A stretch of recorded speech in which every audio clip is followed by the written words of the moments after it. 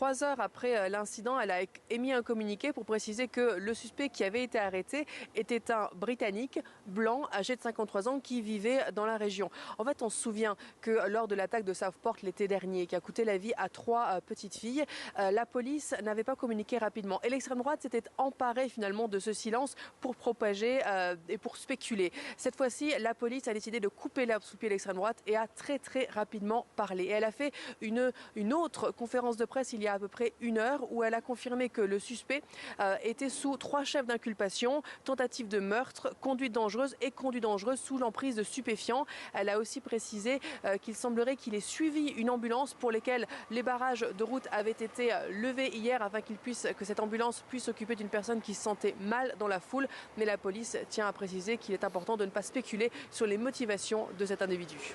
Une tragédie, Marie, qui suscite une vive émotion en Angleterre et au-delà, avec de nombreuses réactions, à commencer par celle de Charles III.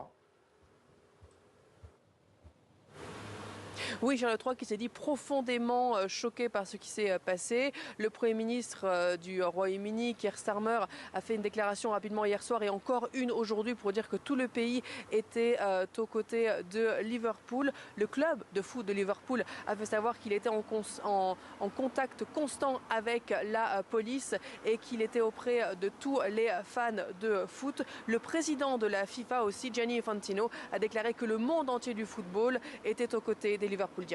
Marie Billon en direct de Londres.